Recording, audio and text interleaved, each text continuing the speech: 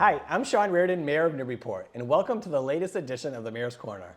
We're back. It's been 2 weeks since I've been able to do a Mayor's Corner, so I am so excited to be back. And wow, what a beautiful day, beautiful spring day here in Newburyport to do the corner. It's actually a little hot in my office, so that's a good thing. The windows are open, we're getting some fresh air in here. But yeah, spring is here. We've got some great weather, and I've been gone for 2 weeks. So what happened in those 2 weeks? First, I went away. My wife surprised me with a short trip to Puerto Rico. I'd never been for my birthday. I had a big birthday this year, 50 years old. So this was the week before that. So that's where I was a couple weeks ago. And it was great. It was the first time my wife and I had been alone on vacation without the kids for 8 years. So it's been 8 years since we went on vacation. And then it had been 4 years since I had been on any kind of vacation. So it was definitely well needed. I always encourage my staff here to use their vacation time, to take those days. I think it makes us better employees for the city in the long run. We can come back refreshed, ready to, with rejuvenated energy, and we can put that into serving the public here in Newburyport the best we can. So I had a wonderful 4 days. Like I said, I'd never been to Puerto Rico before. We had wonderful weather. I read a book. I mean, I got to do just a lot of downtime relaxing, which was great. And I for the most part, unplugged from the city. So came back, and then it was school vacation week, but also my birthday week. My birthday, as you might know, was on April 22nd, Earth Day. I turned 50. I was born in 1975. 50, I don't usually get too hung up about numbers, about birthdays, but 50 has definitely felt like a big number. So I keep calling it the birthday that just won't ever end, although it just finally ended. But I think I had about 6 different cakes this week. We had a cake with my family on my birthday. We had a cake at the Senior Community Center. We had a surprise. My staff here surprised me with some cake at the Port Tavern on Friday after hours. After we got out of work here at City Hall, which that was a big surprise. A lot of staff showed up there. Representative Shand, and there was a lot of people that stopped by to wish me happy birthday, which was so wonderful. But we had cake there, and then we had I had an old-fashioned family birthday party this weekend with all my aunts and uncles and cousins showing up, and we had 3 different cakes there, so 6 cakes throughout the week. So again, I think we went above and beyond for my birthday, but it was a wonderful, wonderful day. I was on Local Pulse this weekend, so if you haven't checked that out, go ahead. I cover a lot of topics on there. Some of them I'm going to cover here, but it's always great to go on Local Pulse with Joe DiBiase. The Literary Festival, I spoke there on Friday night. They celebrated their 20th year, and I got to go there and honor one of my favorite people, Vicki Hendrickson, who had chaired that festival for the last 20 years. She is stepping down this year, so it was nice to go and honor her. And then I got to sit for the whole program on Friday night at the Firehouse. But they had an author who had just written a book, Dawn Tripp, who wrote a book, Jackie, about Jackie Kennedy Onassis. And it was fascinating. So I mean, I loved hearing her talk about how this book came to be over many, many years. And again, I'm a history buff, so I mean, I loved hearing her speak about her subject material there. So that was great. So I mean, it was a great kickoff. I heard they had a great weekend. So cheers to the Literary Festival for 20 years, and thank you, Vicki Hendrickson, for all you've done for this community and for leaving the Literary Festival in good hands so it can continue for years to come. So what's coming up now? All right, so we have Clean Sweep coming up this weekend, right? That's May 3rd. And that's where we all show up to help volunteer in our city parks and help them get cleaned up for the spring. Okay, the Park Alliance is the one that sponsors this. I'm actually going to show up at Atkinson Common at 10 o'clock for an Arbor Day proclamation that we do every year. But this is a great opportunity. If you're looking for an opportunity to just give back a little bit to your city, you could pretty much go to any city park in the city, and there should be some materials there that you can help pick up. We're raking leaves, we're tidying up the park. There's lots of little things we do, picking up trash, like anything that we can do to help our parks get ready for spring. That's what Clean Sweep is all about. So I hope I see you out on Saturday to do that. Tonight is a big night. Now, you won't see this until Thursday, but tonight we're having a debt exclusion forum. The presentation and the forum itself should be online once we complete. But if you miss it tonight, or if you're still looking for information about the debt exclusion, I would say check out the forum tape that we're going to do tonight. So tonight what we're doing is we're going to be at the Senior Center. It starts at 6 o'clock. And then we're going to just kind of give people the facts, right? This isn't about yes or no. Everybody knows where I stand. Obviously, it's my plan that I'm putting forward.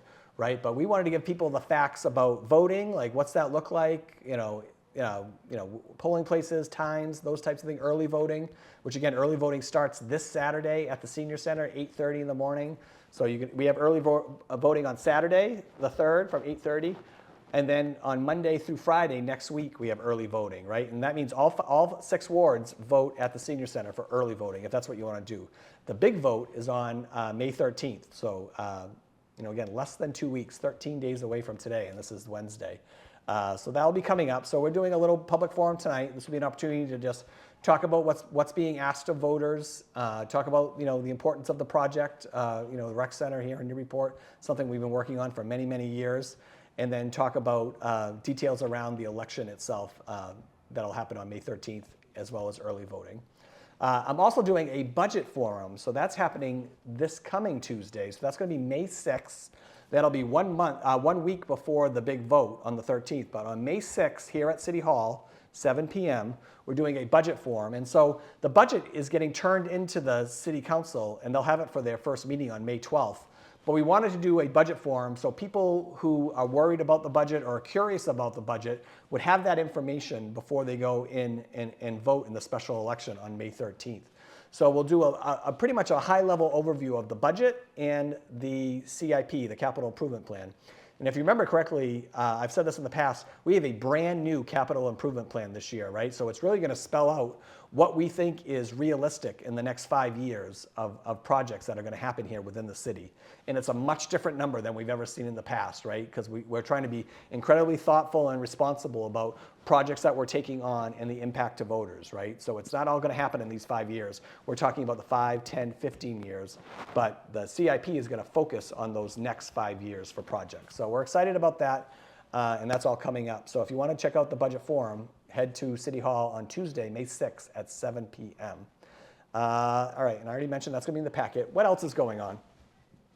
So we're in our 5 years streets and sidewalks plan, and the work just started, and it's happening across the city. Again, if you're ever wondering what that plan looks like, I would say it's much easier to look at on your computer opposed to looking at on your phone. But go to the city website, cityofnewburyport.com, go to departments, go to Department of Public Services, and then if you look on the left-hand side, the last project listed is 5 year streets and sidewalk plan. Click on that, and everything possible having to do with streets and sidewalks you're going to see there and what we've done since I've been in office, right? This is the first time, since I took office, that was the first time we ever put a plan like that out there publicly for you to see. So we've started the work right now. We're doing 17 streets this year, which again is incredible. By the end of this year, we would have done close to 70 streets since I took office less than 4 years ago. So again, we've put a priority on our streets and sidewalks in this rolling plan. Again, we're not doing it all at once. We're chipping away at it year after year. And I say that because I know everyone's frustrated when your street's not getting done. And I like to say we're going to get to all of it eventually. But again, we've got a very thoughtful plan, and we're really trying to tackle those streets that are in the worst shape right now.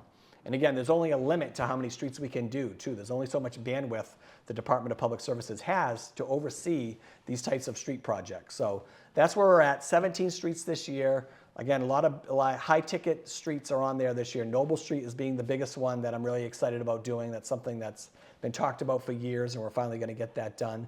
So check that out. But what I wanted to say about that is, and to the people who live on those 17 streets, I want to apologize. We showed up to do the work, and I don't think our communication was as good as it could have and should have been. And there's no excuse for it, and I take full responsibility for it.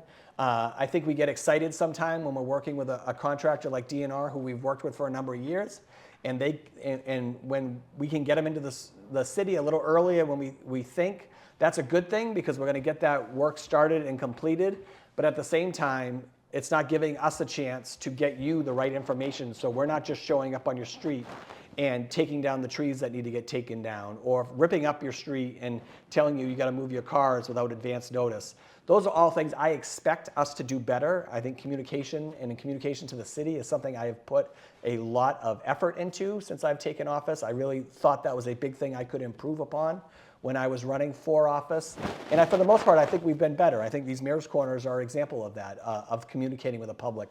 But I don't think that individual knock on your door, hey, in a couple of weeks we're going to be here working on your street. I think we've I think we missed that boat this year. And like I said, I take full responsibility. We're going to do better moving forward. I've talked about it with our DPS. They're going to be better moving forward. And like I said, this isn't a new contractor. We're working with DNR again. We're working with Allied for our sidewalks. And so there should be no excuses why we can't have the right information and deliver that to you, the resident, and let you know that work's going to be happening in your street, on your street, and why it's happening. So that's it. So again, 17 streets this year. We're thrilled about it, and the work's already started. So, once we get that started, DPS will move on to get the outside dining parklets set up. That'll be a great thing to have open for restaurants as well. And like I said, hopefully we have a great outdoor dining season here in Newburyport. And lastly, I'll just end with this. I got to go to the Cutter Fire Station today because we were honoring 4 Newburyport firefighters and a Cataldo EMT because of their efforts in saving the life of one of our own, George Fraley, who is a firefighter here in Newburyport. George was at home working on his yard. He's also a nurse at Anna Jake's and noticed he was having the signs of a heart attack. Called the paramedics, called the fire department. They rushed there. He had to be rushed to Portsmouth Hospital. And again, they saved his life on the way to Portsmouth Hospital. And so today we celebrated that. We honored the firefighters. It was Robert Adams, Jeff Cutter, Paul Dubois, and Tim Powers. And the EMT from Cataldo was Candace Pelletier. And it was really just a wonderful event. I know George was there. He was so thankful. I've known George my whole life. He came to my wedding. I've been friends with him for many, many years. So to me, that was a tough call to get. And to see him there and the tears in his eyes and how appreciative he was of his brothers and sisters in the public safety field who showed up on that call that day and were able to save his life and get him the help that he needed up in Portsmouth. It was really a great event. So I think we should do those events more often because I think it just goes unsung a little bit sometimes in the community, but we're so lucky not only to have great public safety departments here in Newburyport like our police and fire, but also great partnerships with our ambulance services at Cataldo, and that certainly showed that day. So that's my Mayor's Corner this week. Please, if you ever need anything, reach out. I have office hours every Friday. Enjoy this beautiful weather, and I will see you all next time on the Mayor's Corner.